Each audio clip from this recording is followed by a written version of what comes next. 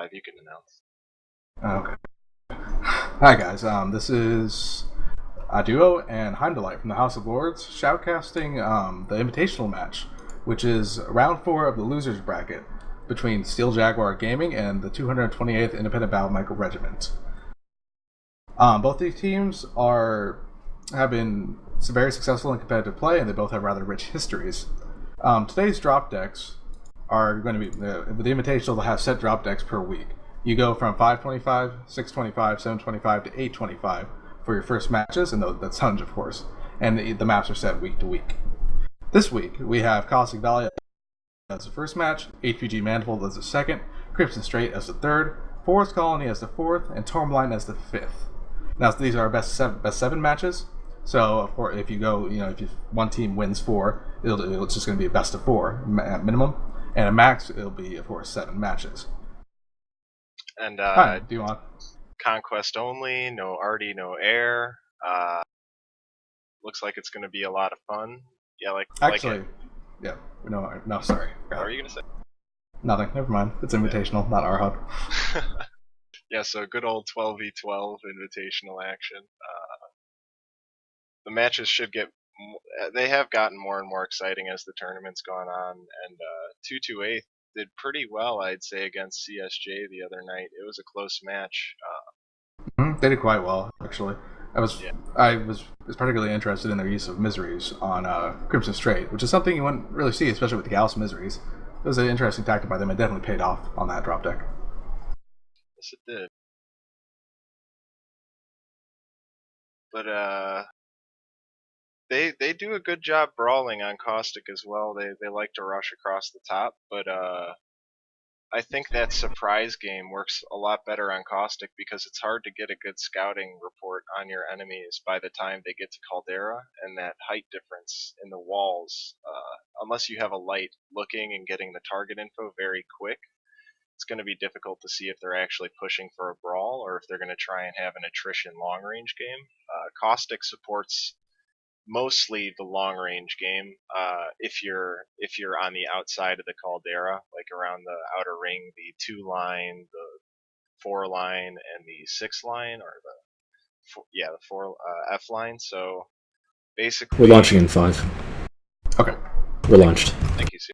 You're launched. All right. Well, they launched, so let's get this started. Who am I spectating, Siri? Just spectating Siri. That's why I'm spectating.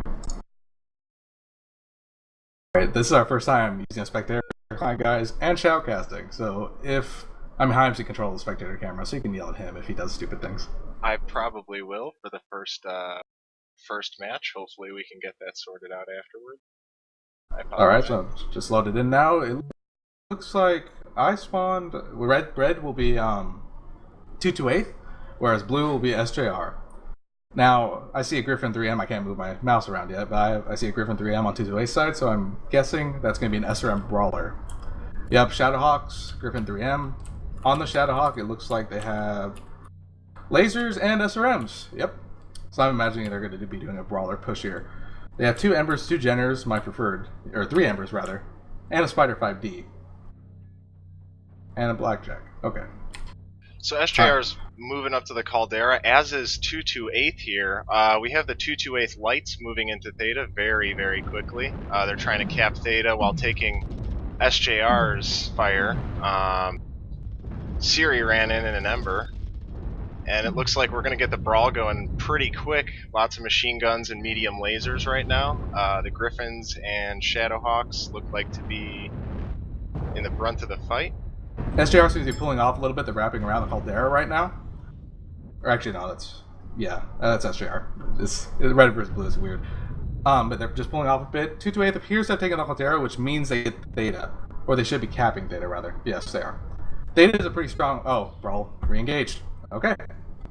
Yeah, we got a big brawl going over on SJR's spawn side. And it looks like... And Waffle first kill down.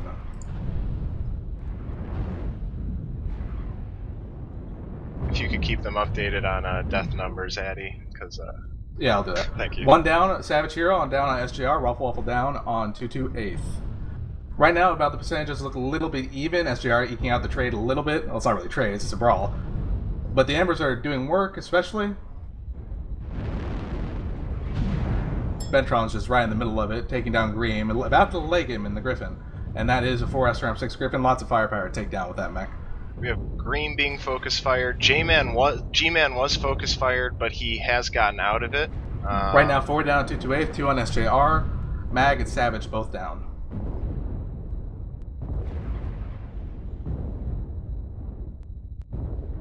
Brawls like this can get a bit, clustered. It's sometimes hard to really differentiate targets, especially with the Spider 5Ds that 228 has, that, disrupting with ACM. It's hard to focus targets on this. But SJR seems to be doing a well enough job of it, with 5 down on 228's side.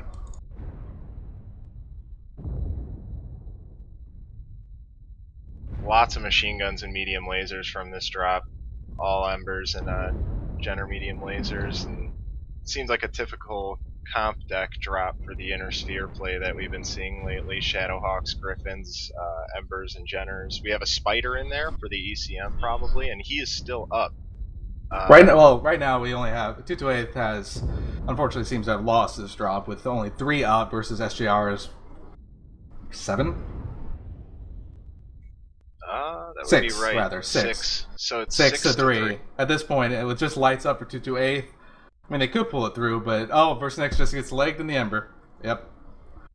So it looks like this drop is in SJR's favor. I want to say they waited for 228 to get into that open area in the Caldera, and then focus fired based on who they felt was the best. And once one of their mechs got a little bit isolated, it started the whole entire engagement.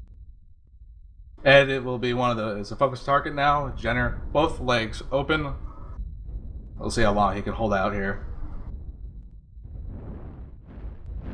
Ed 61%, Titan Osa 68, both those light pods, and Ed goes down. Titans is the last one. Trying to take down Seriothrax, who has a right leg open on SJR's side, but Titan has his own left leg open on his Ember. And now he is laid, and that is GG. Good job, SJR. SJR takes the first match on Caustic, and the official score was 12 to 8 on kills and deaths. Am I correct? Yes, 12 to 8. With Jaeger 12, Fabrosian, Seriothrax, and Bentron surviving on SJR's side. Time, did you bring up the end of screen? End of match. How would I do that? You didn't. Okay. you had to. I'll poke you later. I missed it. Oh well. Yes, you did. Damage numbers on SJR's side look very good spread between all of them. You can still kind of see the focus targets here. Magician goes down first, probably was Focus, Shadowhawk, they are primary targets typically. Jaeger uses those machine guns to full effect with 5 kills and 6 assists on SJR's side. He is kill stealing. Jaeger kill stealing, like usual. Uh-oh. And one interesting thing SJR did there that is not normally done on pushes like that is that when you engage on a push, usually you just stay engaged on it. And they pushed in with 228 on Theta. But what they did was they pulled back a little bit just because their lights were already engaged, but their Shadowhawks were not there yet. So they showed really good restraint there in pulling out and letting their Shadowhawks catch up with their lights, which in these kind of drop decks, 525, being such a low weight, your Shadowhawks make a primary portion of your firepower. Without your Shadowhawks, your lights won't be able to really do much. The damage, the alpha damage, is not high enough on light mechs. Agreed. So we had in that match 228 in red and SJR in the blue. So on the map tactic sheet, we're gonna try and keep those color coordinated. So from what we saw, 228 basically came in and rushed the Caldera into the C4, C5 corner. Are you bringing a map tactic? Yes, you did. Okay. So right, those 3 lines are pretty much the avenues they took to the Caldera. If you want to drop SJR's, Eddie, and I'll. Oh. Yeah, sure. You can edit it, right? Yes, I can. Blue. Well, SJR, they had their lights go in on Theta first, of course. Theta is a very important point to take on maps like Caustic, because once you take it, it's very hard to, get it back for the enemy team. And if this goes to a cap race, well, data is obviously pretty important. Since you can't retake it easily, it's going to, stay capped, generating points constantly throughout the game. Anyway, SJR rushes in there. 228 has their lights in, but 228 somewhat has a spawn advantage with here on Gamma. Let me circle this in red. Right here. I believe that's Bravo Lance. I need to check on Spurfy. But they have their mediums spawn there. So they were able to rush into data first before SJR's mediums, which are around E3 at the beginning stage of the fight, before they were able to push in. So with SJR's lights being right around here, while 228 is able to get the rest of their lights in, it's not a favorable situation for the SJR lights. So what SJR did was they went back, they collected their lights, and pulled them back to their Shadowhawks into E3. And that was what really saved their lives from getting picked off. I don't believe they lost anyone in that early engagement, despite it being an unfavorable situation for them. So whoever was a drop caller for SJR, good job there. I'm not sure who the light drop that caller was. It was probably Serial Drax. But good job on that. Yeah, I thought the consistent focus fire all the way until SJR clearly did a better job focus firing, and 228 didn't do a bad job either. I think one of the bigger mistakes they might have made was actually pushing in their mediums early. I think they should have tried to save them a little bit more, because mediums are usually the first mechs you want to go for on these lighter drops, especially. You go for legs. You are basically trying to take down far less armor on the big Shadowhawk legs versus going for its torsos and arms, even though it has the weapons there. So I think if 228 had played the same kind of game SJR did, where they kind of fake engaged and then disengaged and then re-engaged, if they had saved their medium's armor a bit more and had not pushed so hard with their lights, they might have actually had a very even brawl occur. But I think 228 just went a little too hard into the Caldera there, and SJR took advantage of it in every way possible. Agreed. They SJR really did play well their counterplay there. I mean, what 228 did was a very good initial movement in most cases. If a team isn't expecting that kind of push, it will overwhelm them. They overwhelmed us quite nearly in the first engagement tournament, or PGI's first engagement tournament, where it was the same kind of situation. 228 had brawlers, House of Lords had snipers, and 228 just pushed over that hill in Caustic Valley, and they crushed us. The score in the end ended up being 12-10. So if they're trying to go for the same thing here, it could possibly have worked very well, but I'm sure SJR kind of expected that, seeing the past gameplay that 228 had done on that map.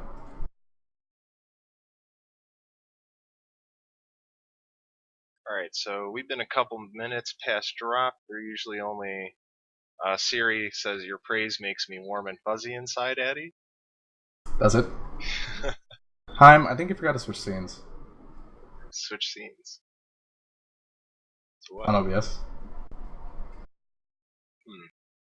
What is this scene you speak of? Because you don't have map tactic up, and we were drawing on that. No, I have map tactic up. Do you? It's not on stream. I guess stream is still delayed. I don't know. That was a quick match. So it'll probably be coming up soon. But yeah, so I think in a bigger drop deck where you have more weight to push over that Caldera, the brawl ends up very, very well.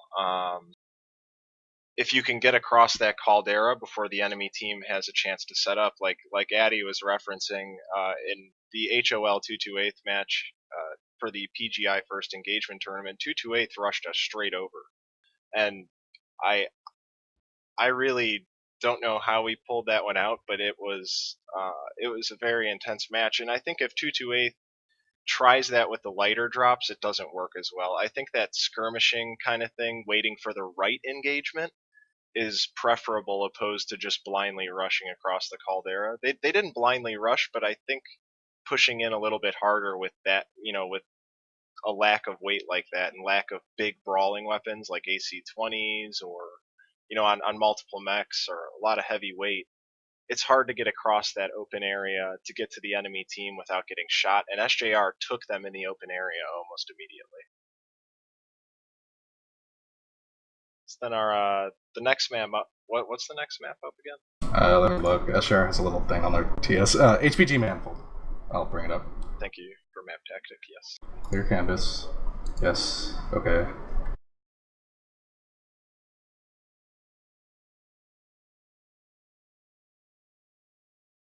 God damn it. Whatever. I wasn't gonna write anything mean or anything.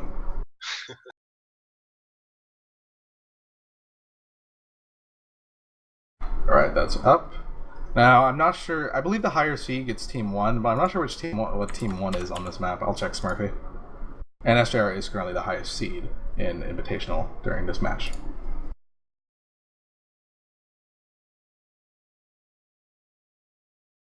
Team 1 will be spawning in C7. So Team 2 will be Team 2A, Team 1 will be SJR. Drawing on this. What was SJR last game? Blue, right? They were blue? SJR was blue last game, correct. Alright, so they'll be spawning in C7, that'll be SJR, and 2Days will be spawning over here. Now, on this map, it doesn't really matter where you spawn, because the map is essentially symmetrical. I mean, there's some differences with the outside, but, well, on Conquest games, sometimes you can actually see play on the outside rings of the map, but oftentimes you won't. A lot of times you'll see engagements around the actual manifold near Theta, and you'll just have, in a lot of games, just circle races going around from E5, D4, and around. Now, this is a 625 drop deck, so you'll still be seeing some lights, lots of mediums here, maybe some heavies, rarely assaults. It might bring 1, might bring 2, but you won't be seeing complements of assault max with a 625 drop weight. Yeah. Now, what happens? Or go on, huh? I was gonna say, I think with the light, a lot of teams play that rotation game, and especially around the manifold, I think it's actually trickier than people seem to give it credit for, because one side of the map score, actually. Update score. I did update the score. Oh, never mind. Stream is delayed. Yes. But yeah. So there is actually one difference on this map. One side has a bridge that crosses to the midpoint. About that. The other side has an open area. If I remember correctly, if you enter from F4, F5, that E5, E6, D6, D5 side of the manifold is the open area. So what actually happens more often than not is you have the team in that Addy is circled in blue. They enter the manifold, and let me draw this up.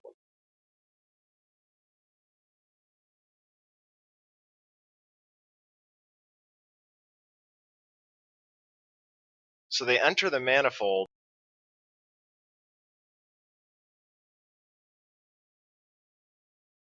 and they go wide. They go all the way to the outside of that bridge. That's what a lot of teams do. Whereas on the bridge side,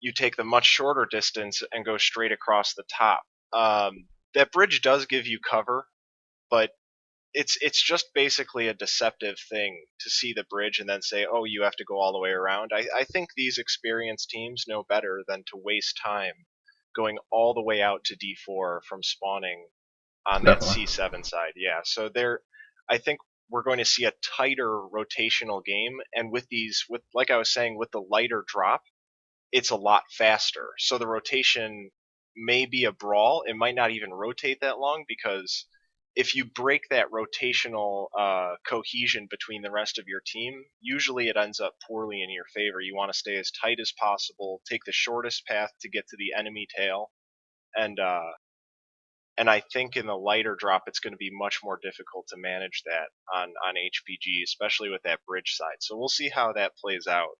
But I think we're actually going to see a brawl more so than a rotational game, especially for the conquest stuff. They might rush underneath instead of rotating around the outside like they would normally for skirmish. So I think conquest changes the play style a tiny bit. Yeah. I think here too, on this map, you can actually go full brawler if you want to, which could make for some interesting games. Brawlers are now viable, especially in competitive play with the SRM changes and the jump jet changes that have been put in the recent patches. In games past on HPG Manifold, in the Invitational, I believe, it might have been our HUD. Teams like House Lords and SWK both brought brawlers to this map. The main reason for this is that sometimes, if you really want to, it's a little bit more difficult on Conquest. What you can do is sit on the bottom of data and just sit there, wait it out, because the enemy team on that in that kind of situation only have 4 entrances to approach you in, and a few of them are kind of clustered. They have like L shapes around them. If I could draw that. Actually, which side is it on? Which side has the L shape? Well, either D4 or E4. That's it. Yeah, that's it right there. That's it. That's what I thought. Okay. On D4, you have kind of an L shape going in, so you can't. Your mechs, instead of being able to go straight in, they have to go around, and there's a little choke point there, which makes this entrance very undesirable for an enemy team to be pushing in. D5, on the other hand, this is a flat ramp. That's an easy area where you could push in, and so is this D6 E5 corner. And over here, it's pretty narrow, E4 E5, but you can do it there as well. So really, you only have 3 avenues to get your whole team in if you're going to try to assault a team that is on the bottom of data, just holding it out. Furthermore, because this is 3 points, and again, on Conquest, data is typically the most important point. Having your lights go off to Kappa or Epsilon, if it's not done at the beginning of a match, and if it's done later when the team is on the bottom of data, can be pretty risky, because the enemy team will be able to see the countdown timer, or whatever it is, the cap timer, I don't know what you call it, going down on either one of those auxiliary points, and that will notify them that your lights are missing from your main force. So it'll notify them that you're separated, and it gives them time to push out and overtake you while your numbers are down. Looks like 228 just got their last player in, waiting for 228 on ready up, and we'll be launching into the match very soon. So I've liked 228's aggressiveness overall as a team. I think it's something they should keep working on, especially with the diversity in the inner sphere competitive drop decks now. There's a lot of brawling going on. This map is a good map to brawl, in my opinion. I'm not so sure about the Conquest because of the cap points, but usually underneath the manifold or around the sides, the height of the walls is usually tall enough where you're not going to get jump sniped that easy or LRM'd. So you can usually surprise a team around a corner or rush in, all that. Brawling is actually beneficial for the middle of the map, while long range is beneficial for the outside. So with Conquest, you bring those outside areas into play a tiny bit more. I don't think we're going to see more than 2 lights maybe go outside those walls. I think most mechs are going to be in the middle to try and dictate their cap points not being taken. I think we're going to see SJR and 228 maybe try and hold control of the middle so that they don't get the 2 cap points on the outside. But like last game, it turned out into a brawl and it ended on kills rather than cap points. That's a pretty normal thing for especially the mid-size maps or smaller maps.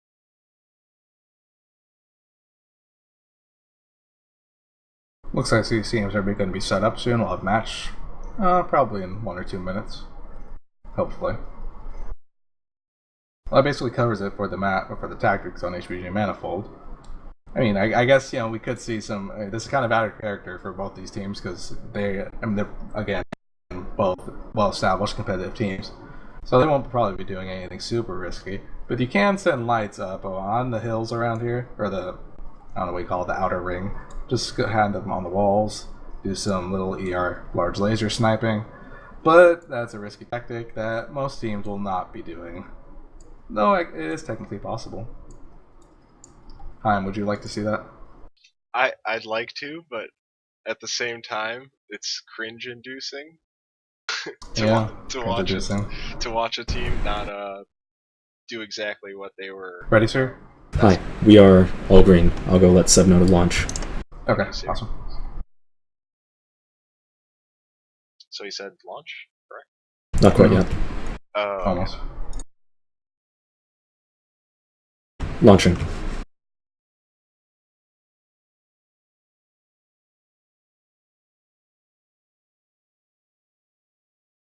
Here we go, into the manifold. So I'm going to try and use these controls a bit while we're loading in. and waiting for them to brawl, because I need to get used to them a tiny bit.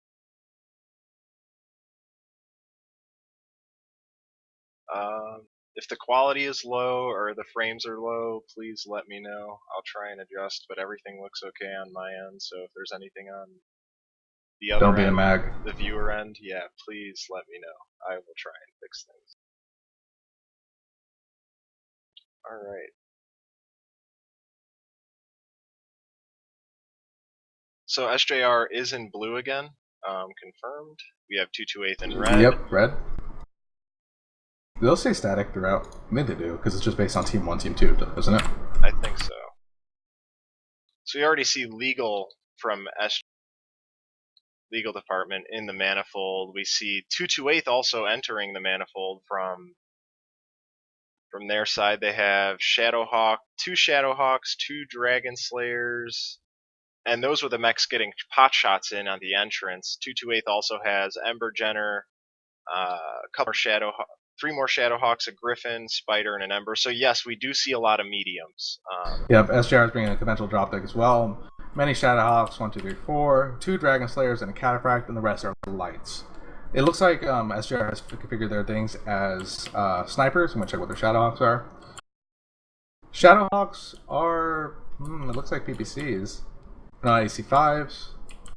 Yeah, it looks like AC5 PPC on SJR side. So they're going for, with AC5s, a semi, mid-range kind of pinpoint damage loadout.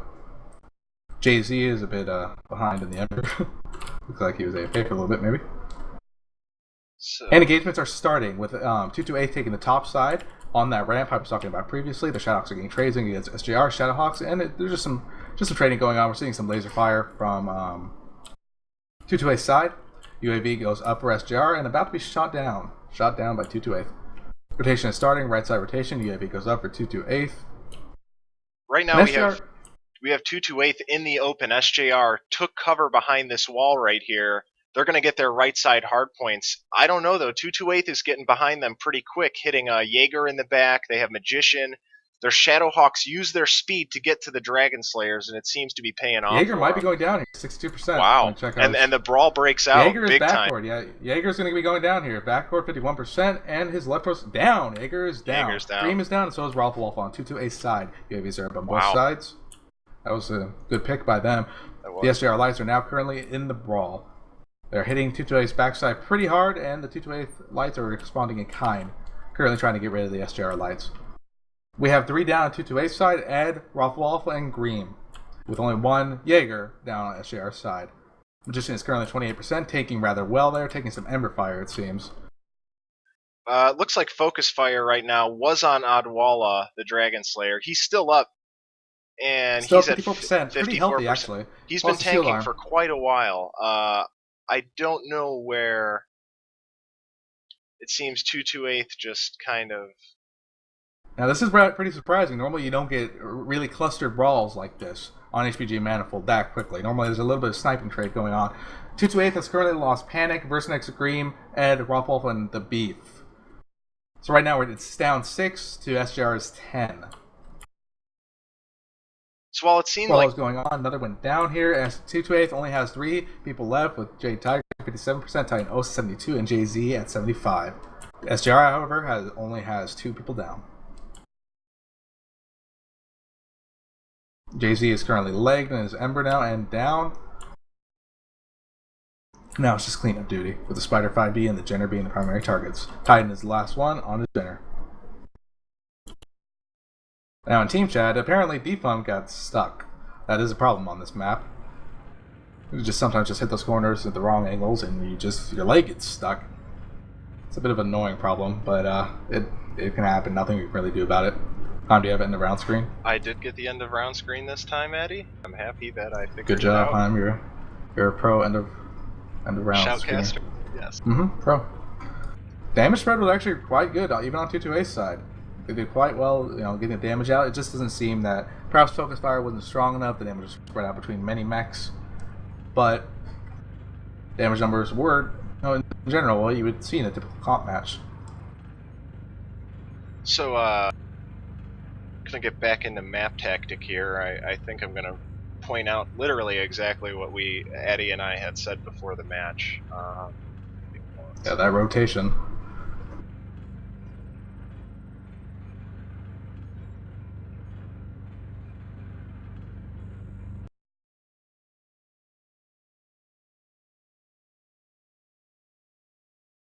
So we could almost, let's clear the canvas here.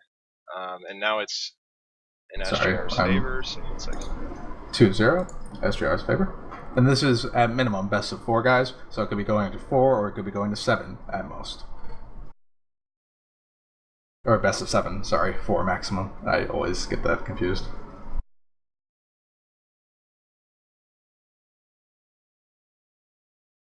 Okay, so we saw SJR.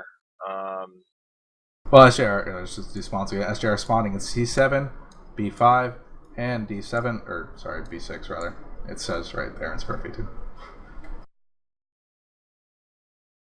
That's 2-8 time. Their team 2, red side. I picked the wrong colors. You did pick the wrong color. Mannheim.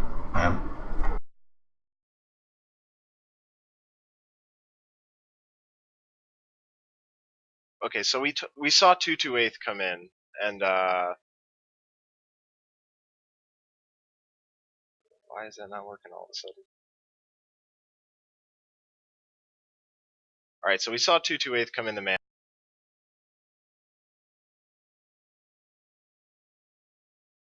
Right across that bridge area we were talking about earlier. So I think 2-8's issue here was SJR was set up for that long range battle. If you want to mark SJR's positioning, Eddie, they went along that outer ring, waiting for 2-8 to approach them. I think what 2-8 did was they went over the top of the manifold, which caused them a lot of damage trade issues for them. They got hit quite a bit moving across. They were all spread out right across here, and you can shoot that even though it's a higher position. There's absolutely zero cover in that area. You could just shoot SJR, which were spread along D6, C5. Could just shoot whatever they wanted right there. Right. So once SJR got to that D5 area, they saw that cover that I pointed out, and they used that against 2-8. I think it looked good from our perspective because 2-8 had 1 or 2 mechs behind SJR. It was kind of deceiving. 2-8 ran across the top of the manifold and only had 1 mech, maybe 100 meters in front. I think it was a Griffin, 100 meters in front of the rest of them. That mech got shot quite a bit on the incoming. So did a few other 2-8 brawlers. And once SJR got to that cover, which they were already kind of in cover, you have to realize, because that outer ring is actually lower than the rest of the map. So that little dip covers a tiny part of the mech, and once you get to that D5 part, you have those walls to cover you. So once they started climbing up the ramps towards the manifold on that D5, C5 entrance along the wall, they used that in their advantage to shoot 2-8 in the open. There were only 1 or 2 mechs on Jaeger, if you guys remember in the beginning. And they took Jaeger down, but it took quite a bit. And then after that, Odwalla was the next target, and Odwalla took forever to kill as well. So 2-8 didn't do too well on their kills per second. You know, that rate has to be much faster if they want to keep up with a team like SJR. Even though SJR was a tiny bit out of position to those 1 or 2 mediums, they still used the cover to their advantage and just outtraded 2-8 completely with the cover while 2-8 was in the open, still trying to catch their tail. So 2-8, yeah, go ahead, Eddie, sorry. That's alright. Well, the big thing is with the cover there is that there's a dip right around this area of data. There's just a dip, and that SJR was able to, go in that dip and still take shots on 2-8, while 2-8 was engaged with Jaeger and Odwalla. Both Dragon, I believe, was Odwalla in a Dragon Slayer? He was, right? Odwalla wasn't in Dragon Slayer. Yeah, that's right. But what they did with Jaeger was they caught him out the back. Now, that is, the most efficient way to kill someone. Problem is, in a drop deck like this with your lights aren't always going to have shots on their back, which is why, typically I like to go for legs, personally. Because legs, you can't shield. Back, you can. Jaeger was able to get down 51% before he died. Or a bit lower. I didn't see the last percentages. But since not all of the team is able to focus fire on that back, it takes quite a long time for that person to die. With laser edge being the way it is, and just torso twisting by Jaeger, no matter how skilled the light pilot is, they are never going to get 100% of their shots on that one single component. Now, as Jaeger and Seb or Adala were tanking those shots, the rest of SJR, I have this a bit way too red at this point. Well, anyway, the rest of SJR was able to go back around, climb this ramp, and deal with the 228 that was still back in this area. And that is where we saw the 228 mechs really start dropping quickly, as SJR was able to get their complete focus fire on the enemy mechs.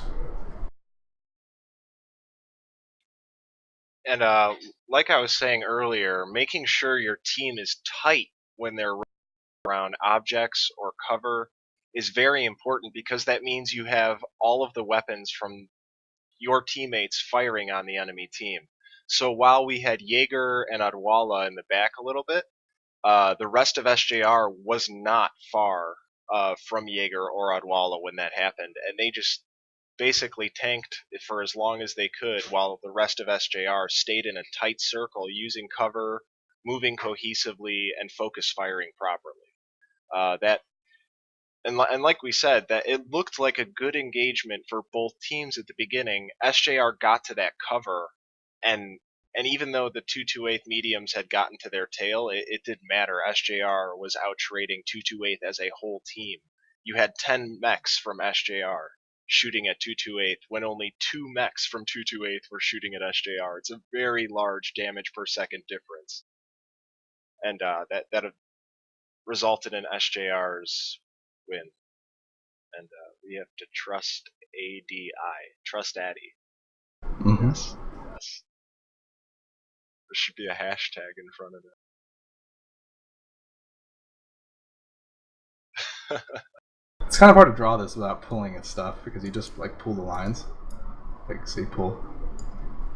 Yeah, I accidentally did that. Yeah. Sorry. Also, I just do it in text. I am getting feedback from Trevalius.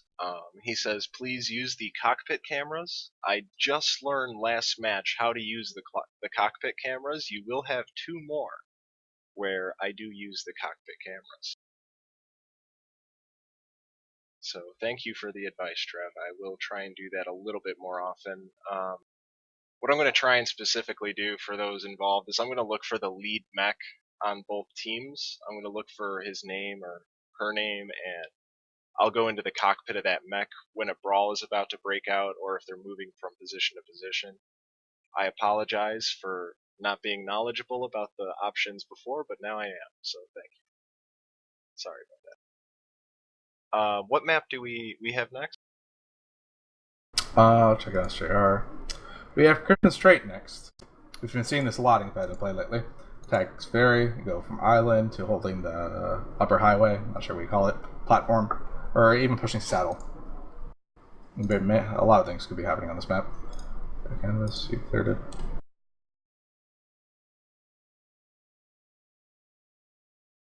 Is it on here? I can see it. Oh, there it is. Okay. I'm checking spawns.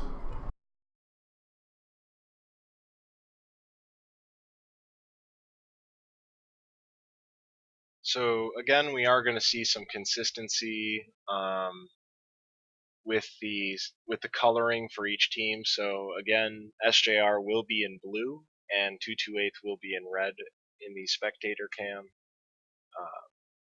Again, this is Conquest, but like we just saw last match and on Caustic, these Conquest maps have more so turned into brawls and end of games on kills rather than cap points.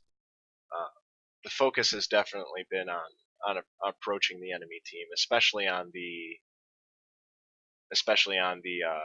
mid-size, smaller maps. And Manifold is a bigger map overall. It's a mid-size map, but the shape of that interior allows for a lot of brawling, like we said.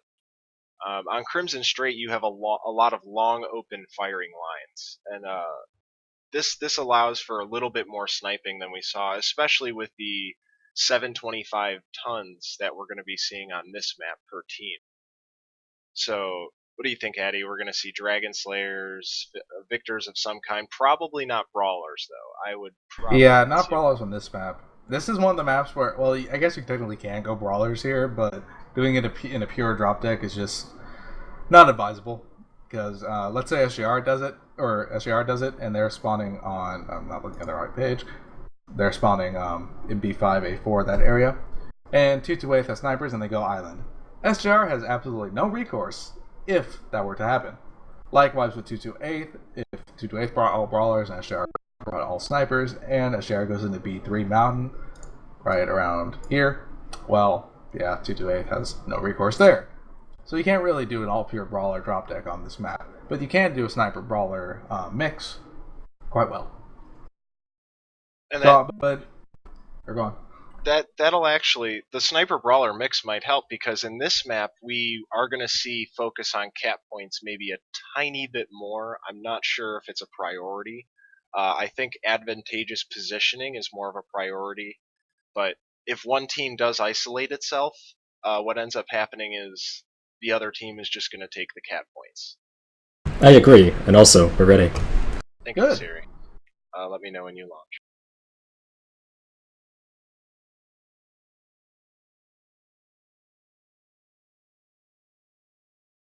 So again, that was Syriathrax confirming that we will be dropping into Crimson Strait very, very soon. Hey Siri, you're still here, so do you want to say anything? I like turtles, and we're dropping. Mid-game interview. Okay. Thank you, Siri. He likes turtle. Yeah, it's quite a I don't know what do you call that? Informative? It is. I I think it reflects on SJR's gameplay. Yeah, they actually don't like cats. They like turtles. Confirmed by Syriathrax, of course. Yeah, I was surprised. Does this mean they're going to camp? They might be camping. That's what I was. God. I think the turtling is reflective of what's going to be happening here on Crimson Strait. But like I said, got to make sure that they don't isolate themselves and lose to the cap game. So again, to everyone watching, 228 is in red, SJR is in blue. The mechs are powering up. And I will use cockpit cam a little bit more this time. You'll use cockpit cam? Yes. Oh, okay. Alright. Cockpit cam. I said Thank you. Thank you. Hey, Edmeister is apparently a 16-year-old female blonde cheater in SoCal. Ooh. Risky. So we see SJR moving up very quickly along what I believe is the 2-3 line, or the B line. They're trying to see, I think it looks like they're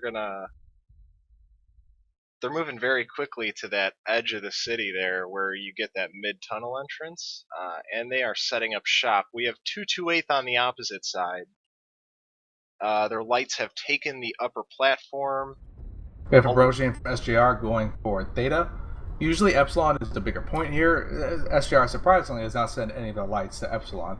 That is a oddity with this conquest on this map, in that Epsilon is a more important point than Theta here. Theta can be taken at any time, but Epsilon, however, cannot be. It is in both teams' typical spots, the crossfire of both teams. So again, I'm going to look at 228 here. They're running alongside the boat in the open. Not sure. I guess it's necessary to shorten the amount of time you're getting to Epsilon.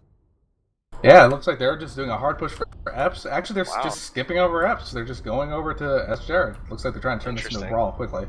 Okay. They actually do have K2, so they do have boom Jaegers here. I'm assuming these are AC... Yes. No, these are AC-40 Jaegers. Yep. They're trying to go for the brawl. And SJR has a lot of Dragon Slayers, Snipers, Cataphracts. It looks like this is going to... This is some good positioning for 228 here. If they can use the cover properly... SJR is now rotating to the right out into the open water, which is probably pretty disadvantageous for 228 considering that they're brawlers. They won't be able to trade effectively, but SJR will be able to. UAV goes up on 228's side, and it looks like 228 is trying to push in, but they're just having some difficulty crossing into the open water that SJR is currently in. We have no people down on either team, though both Magician and Waffle Waffle are around 75%. Green getting focused, JZ gets focused down, I believe she's in the light. The brawl is breaking out right now in the open water, as you can see. Watching Magician's point of view here. Things are getting pretty hectic. It looks like 228's legs are going out pretty quick. A lot of them are very hurt. SJR has a mix of AC5 PVC and Gauss PVC. So the DPS in these kind of brawls might be a bit less than nice, but it looks like they're putting it to use anyway. With 4 down on 228's side, which is breaking up a little bit. 228 still has their Dragon Slayers in the back, which I assume are their snipers, and Defunct is getting focused down in his double AC20 K2. Now it appears that the 228 snipers are still alive. They may be able to pull this out. Some good headshots in, but with only 4 up on 228's side and only 10 up on SJR's side, it does not really do it. Well, it's good for 228, that is. Beathanger is trying to trade effectively, taking some damage to his shield arm. Good shielding on his part. But trading against that many mechs is quite honestly just impossible. Though they have taken out 2 more kills on SJR. Good job, 228. So looking at the spectator cam here, you can see the difference in numbers versus the first-person view. SJR won very favorably, even though they had pushed into the... I think they had pushed into the water to drag 228 out there. That was what they did, yeah. Yeah, that was their... But actually, 228 did quite well killing off more SJR. That sniper fight started with only 2 people down on SJR's side, and now there is 7 people down on SJR's side. So good job those remaining 228 snipers who did quite well there, dragging out the very end. Only 5 up remaining for SJR at the end of that. So final score 12-7 in SJR's favor. That puts them ahead 3-0 in the overall set. As you can see, SJR's damage was okay. It looks like the Dragon Slayers... really did the work. Glory did quite well. Wow, 556 Glory. damage, top damage. Yeah. 2-6. Good job, Glory. Nice one. Siri got focused down first, it seems, followed by the Dragon Slayers getting picked off eventually. And as you were saying, look at those 228 Dragon Slayers and Charlie Lance. They did a lot of damage. I think if they had pushed left a little bit harder and caught SJR right as they were coming out, they might have had a better chance. And I think 228 also lost their focus fire a tiny bit. 228 also wasn't able to get a lot of their firepower, the AC40 K2s, in, just because those mechs are actually pretty slow compared to like an AC40 Jaeger, which partly personally I favor the AC40 Jaeger more than the AC40 K2 just because of the speed differences. The AC40 K2, because the AC20s are on the side torsos, will have to mount a standard engine, which is going to put the K2 at around 65 to 70 kph essentially. Whereas AC40 Jaeger can go into the 70s. So just without that little bit of extra speed, they probably weren't able to reach SJR's Dragon Slayers in time to really make a difference.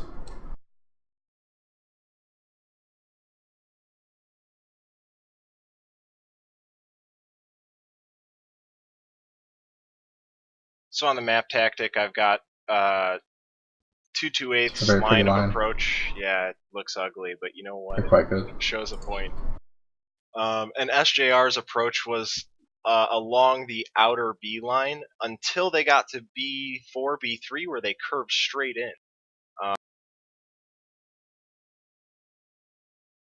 SJR, meanwhile, was when they with their initial moves they pushed. Oh, I'm using green, blue, and Heim can't. Okay. Yeah, just leave that line up there. It doesn't. I'll just ignore that. Yeah. It was drunk. Yeah. Anyway, and I'm drawing. This is weird. Okay. Anyway, SJR was pushing around this end. Right around, they had their lights go off into Theta at the beginning of the match. You had Fabrosian scouting in B2, which is around, well, to the left of that. Just time is, there we go. That's where Fabrosian was, their Jenner, just scouting to see if 228 was pushing as they did. Fabrosian noted that, related to his team, and that's when SJR, instead of going to Theta like they had originally planned, they just cut across B2 directly into 228, meeting them at the brawl. At that point, 228's bulk of their firepower, the K2s, were still, kind of around C3, just getting around the highway bend right there. They weren't able to really engage with the AC-20's maximum range of being only 540 now. It has damage drop-off starting at 270 meters. It's not going to be really doing effective damage out past around 350. No point in using it, just a waste of ammo. So they had probably held their shots off a little bit because, I have to keep the ammo going.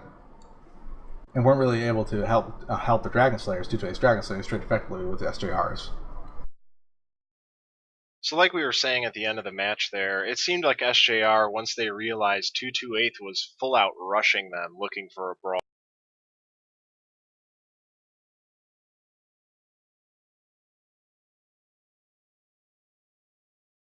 They tried to drag the fight out into those open waters, and like we saw, those 3 2-2-8 Dragon Slayers sat in the buildings, just shooting at mechs nonstop, and while they did okay, I think the initial engagement is what really lost them the match. It was a difference of 10-15 seconds that gave them the advantageous position versus disadvantageous. SJR ended up getting that advantageous position because by having brawling mechs, you're forced to get in closer, like Addy was saying. If SJR goes out in the open water, 2-2-8 is forced to also go out in the open water, which loses 2-2-8's cover in the city buildings. That was a very smart move, very smart call by SJR.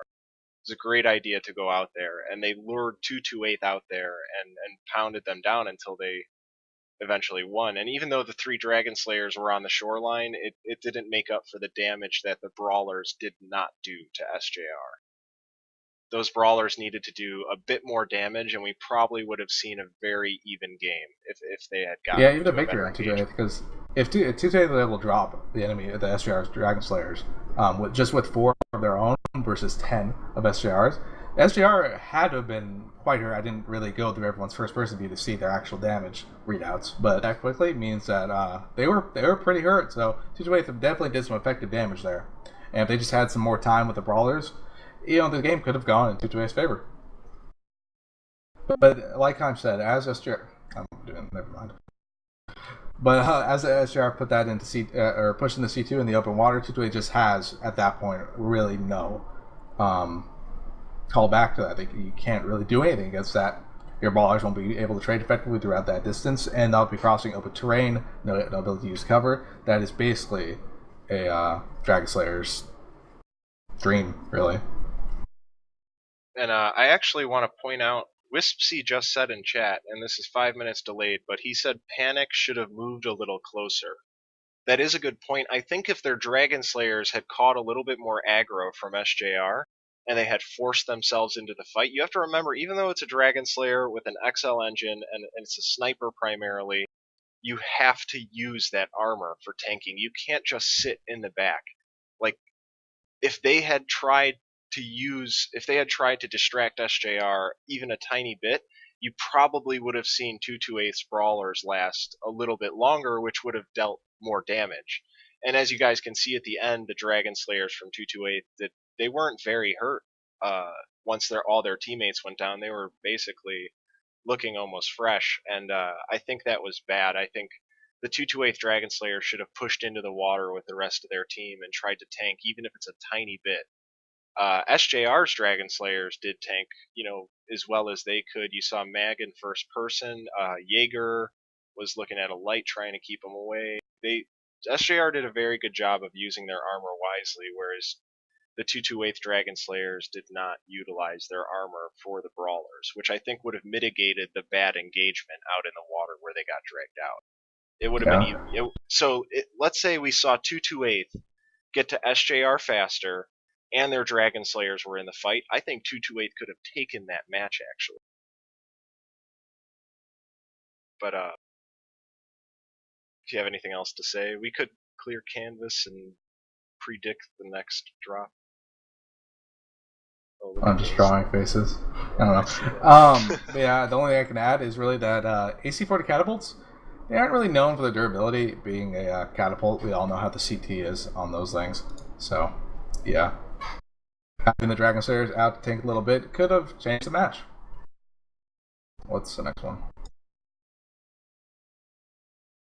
The next drop deck is Forest Colony. So it's Forest Colony, not the snow version, and the drop deck weight is 825 tons. Actually, what is the version? It's just. Oh, I guess if they don't define it, it's just Forest Colony then. I would assume, yeah. So on this drop, you might see a little bit more camping. SJR did not turtle like we had thought they would. I know, it's unfortunate. Siri lied to me. Never trust Siri. Never trust cats. You shouldn't trust the cats, actually. Cats are dicks. I hate cats. Who said I was talking about a strategy? Yeah, they should have. Whatever. They tell You're us not trustworthy. They tell us. I just really like reptiles. Oh yeah, I'm sure. Do you have face paint on? Do you have zombie face paint on right now, Siri? Is that why you like turtles? Mm-hmm. Possibly. Wouldn't be surprising. All right, you're on War Room tonight. We'll know eventually. Checking spawns again. I'm pretty sure this is all just the same like coloring. Team 1 being green. Yeah. Okay. Okay, so SJR will be spawning in D5. Notice on Conquest, the entire lances all spawn basically together on this map. So just one big circle for each team. Again, I want to reiterate Conquest, but it looked like Skirmish, right? On these smaller maps, that's how it's going to happen. The only two maps that had a wide conquest set were really Tourmaline and Alpine. Alpine's points were changed so that a lot of it rests within a valley, and there's only 1 point off in the distance, really. In these smaller maps, again, we're probably going to see SJR and 228 look for advantageous positions to kill each other first and foremost, rather than conquest point advantages. And I think this map especially is one that's not hard to lose on points. You generally should know where the enemy team is at all times. There's no reason to lose track of something like that. Generally, where SJR is spawning, we see teams go boat, or they rush Epsilon and then rush the opposite comm tower, or hold out on that back hill. But yeah, what the interesting thing with this map is that it is very, very unbalanced on Conquest. 228 has a massive advantage if they for the situation I'm talking about to really be valid, both teams need to be bringing sniper loadouts, basically all sniper loadouts, and both teams need to kind of go in with a kind of wait and see strategy, which hasn't been how 228 has been playing tonight. 228 has been very aggressive tonight, but if they decide to take a waited out strategy on this map, what I'm saying could be possible. Anyway, data, circling data just for everyone to know, is a very difficult point for SJR, which is spawning on low side in D5 to capture. This is because 228 has access to this hill, that famous comm tower hill. That hill completely overlooks Theta. It's a very high point on the map. It might be the highest. I think it might be the highest. And it overlooks Theta. If SJR try to send their lights to cap Theta, well, they'll just get shot by the people who are on that hill, on 228's side. So SJR can't really push Theta early here, but 228 can. And again, this is one of those points where if Theta is capped, it generally will not become uncapped throughout the game. And at that point, 228 sends a light to Kappa, SJR sends one to Epsilon, and then both teams just wait it out. Eventually, SJR will have to push if they want to win, just due to the cap timers. But both teams, again, have to be sniper loadouts for that to actually be a possibility.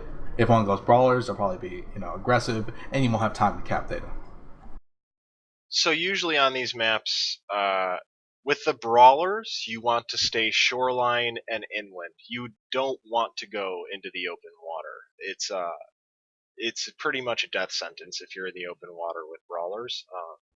During the PGI First Engagement Tournament, we had a resurrected Blackstone Knights team rush SJR in the water, and while it looked okay at first, the open water did not work in BSK's favor, and they lost 12-4, if I remember correctly.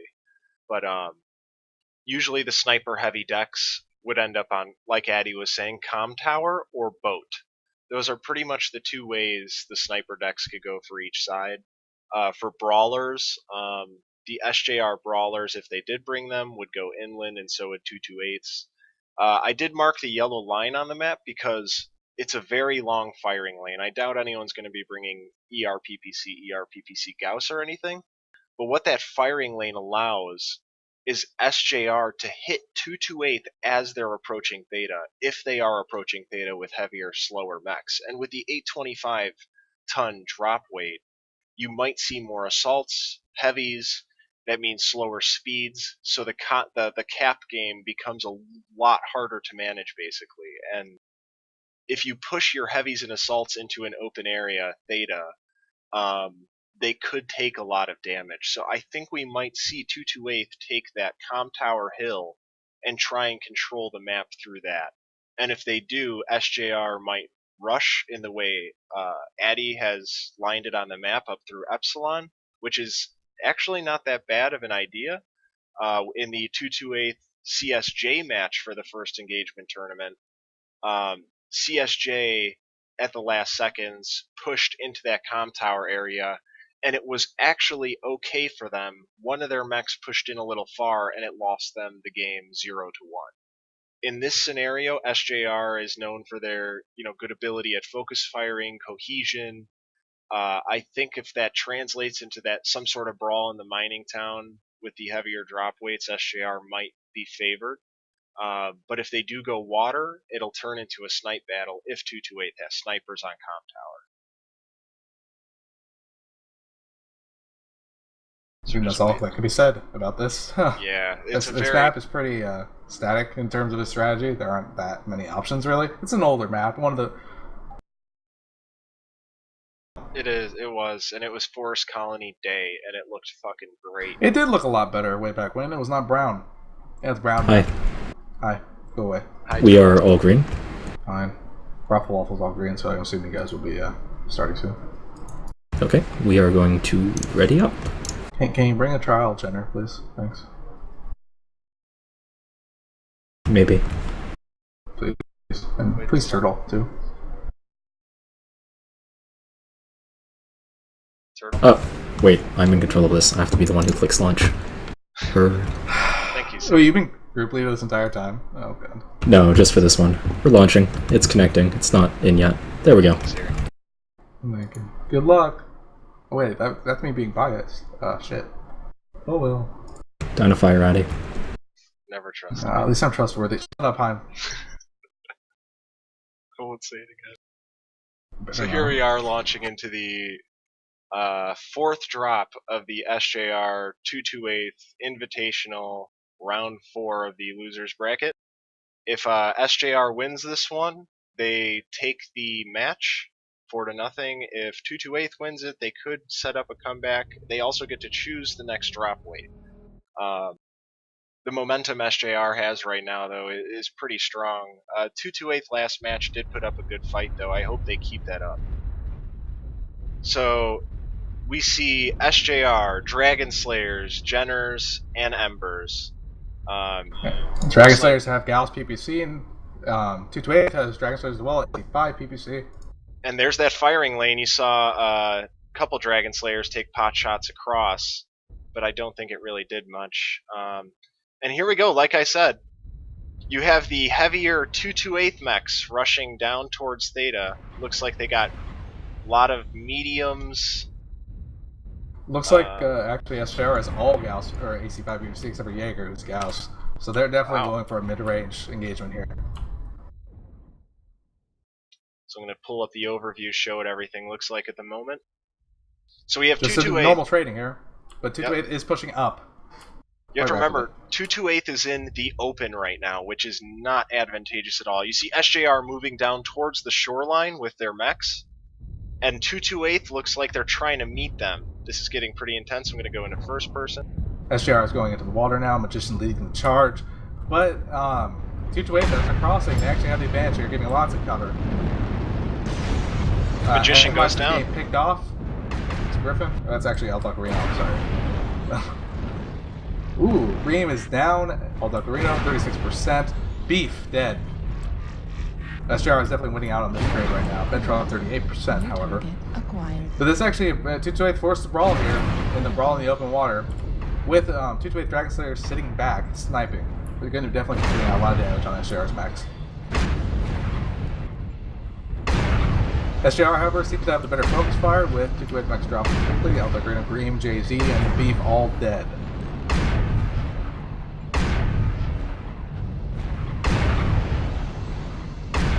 You see SJR just pulling back a little bit, leaving 228 Max engaged with whatever SJR mech they were on. Just pulling back a little bit to get better sniper shots, and now it's just the snipers left on 228's side. 3 Dragon Slayers, much like what happened in Crimson Strait. We'll see if they can bring down SJR snipers like they did last time. It didn't look like 228 focused too well this match. I think leaving those mechs out is what causes those types of things. Yeah, El Ducarino and his Griffin got caught out just a little bit, it seemed. And as 228 tried to respond to that, SJR just took advantage, pressed the knife in, and that really caused game. That was a very quick match. We saw 228 run to Theta trying to brawl, but SJR was prepared and they went left right at the shoreline towards the boat. And that's a pretty significant win. Were you using toggle tags, huh? I'm not sure. We weren't, were you? That would have made it look better. And damage readouts, SJR did quite well. Seb over here with 560 damage, 2 kills, 7 assists. Nice job, Seb. G-Man right behind, 10 assists, 514. We had very good damage spread from the SJR Dragon Slayer Bravo Lance. Mm-hmm. Magician was the first one out there. He did get caught out in the open, but it took him a little bit to go down. That was purposeful. He was kind of leading the charge on that one. Yeah, he is their drop caller, so he is the one who definitely knows their tactics first, their movements first, so he'll be doing it first. So that is the fourth match of the series, and SJR takes it 4-0. Yep. Gonna pull map tactic back up really quick. Yeah, clear canvas. Someone's texting me. Alright, well, 228 again continue with their aggressiveness that they've been doing this game series. And spawning out, they just go right up the middle into C3. And they set up over here on the C4, C3 line kind of area. Whereas SJR, kind of went, the normal route, a bit conservative, going through D4. They saw, however, at this point here, around D4 in this area, they saw that 228 had, rushed in the straight line up into C3. Saw that, and I assumed they were going to go boat at first, but once they saw 228 in the position that they were in, instead of going into boat and setting up here, they continued their push and it went right in, as time has just drawn. I just moved it, sorry. Yeah. Anyways, yeah. So SJR went left around that the south side C4 big rock right before you get to those ravines. That ravine is actually a very tactical part of the map, and by pushing left, SJR forced the engagement. I'm not sure if that was in their favor. I think it looked like they had done very well damage trading as 228 approached them, and they felt confident that if they pushed left cohesively, they would take the rest of the match. And I feel like that's how they thought it through. So when they pushed left, it was pretty much a done deal for 228, even though SJR had been in the open and 228 had cover. It was a very quick match. We didn't see, even though SJR had a sniper mid-range deck, one person, Jaeger, was the only one with the Gauss, as Addy said. Most had 2 PPC AC5, correct? Yeah, the rest all had AC5 PPC, and it was just all Dragon Slayers, and I think 2 lights. That's the drop deck on A25, right? Something like that. Yeah, it was like 2 or 3 lights. And 228 chose, to put more weight into their medium mechs, which I feel was not the best idea. The medium mechs go down very, very fast against firepower, high DPS weapons like the AC5s, and Jaeger with the Gauss in the back. The second something pops open and it's focus fire, the Gauss can take it out in one slug. It's 15 damage. Having 1 or 2 Gauss snipers on your deck is optimal if you have a big deck like this, but you definitely want more of that mid-range DPS. That's what SJR went for, while 228 lacked armor on their heavy side, and I think that's what helped SJR, win so favorably, 12-3 that last match. There was no capping as well. Yeah, the data might have been capped in the meantime. I don't know, but it's just because that's what the fighting was. Yeah. But I am surprised that during all this engagement, 228 has been very aggressive.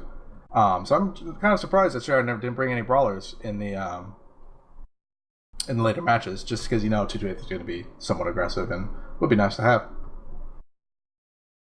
Especially on a map like this where it's rather tiny and brawlers can, go up on target rather quickly. Alright, so correct me if I'm wrong, this moves on SJR to play. Do they play 228 again, right? No, No. look at the bracket. Does it go straight? No, S228 is now currently out of the Invitational, whereas Steel Jaguar is going to go on to fight Swords and Guitars next week, and the winner of Swords and Guitars versus Steel Jaguar Gaming will go on to fight the House of Lords in the finals. So this will be a rematch in this same tournament for SJR and SWK, and sorry about the is it? misspeaking. Oh, it is. Yeah. The SJR was originally put into the losers bracket by SWK. They had won 4-2, and they're going to be seeing each other again. I think SJR has a bit more momentum than they did last time, and it's going to definitely carry over into the SWK match. They have something to prove to SWK. They definitely want to get back into the finals for the tournament. There's no doubt about that. And if any team can get back on their feet and do it, it's SJR. So I think that next match is going to be very, definitely very good. Watch there. Yeah, definitely one to watch. SJR versus SWK. It's obviously not scheduled yet, but that is what's next up for SJR after defeating 228 4-0. All right. Should we close out then? I think that's it. Thanks for watching, guys. Again, this is an invitational match between 228 and Steel Jaguar Gaming for losers bracket round 4. Next match, which next week will be the semifinals versus Swords and Guitars and Steel Jaguar Gaming, and the week after that will be the finals between the winners of the semifinal game, and they'll be fighting House of Lords. I'm sure all those games will be shoutcast as well on MWO Pro or War Room, depending. Also, there is a War Room episode tonight on Ruffle Waffle stream. I'll link it in chat. Yes, please. Actually, this is delayed. I'll wait. Yeah. Anyway, Ruffle Waffle 49 is his Twitch. He'll be streaming on with MechWarrior Online as the game, so you could just go to the top of the stream and click MechWarrior Online, and you'll see a stream going on there. Link it anyways. Link it anyways, because we're going to be starting soon. Alright, so thank you guys for watching. I hope it went smoother, than I originally expected it to. It went pretty well in my opinion. So if you have any feedback, let me know. Let Addie know. I'll try and fix stuff up to make it look a little bit nicer next time I do this. But yeah, thank you again, everyone, for watching. Congratulations to SJR moving on to face SWK, and have a good one.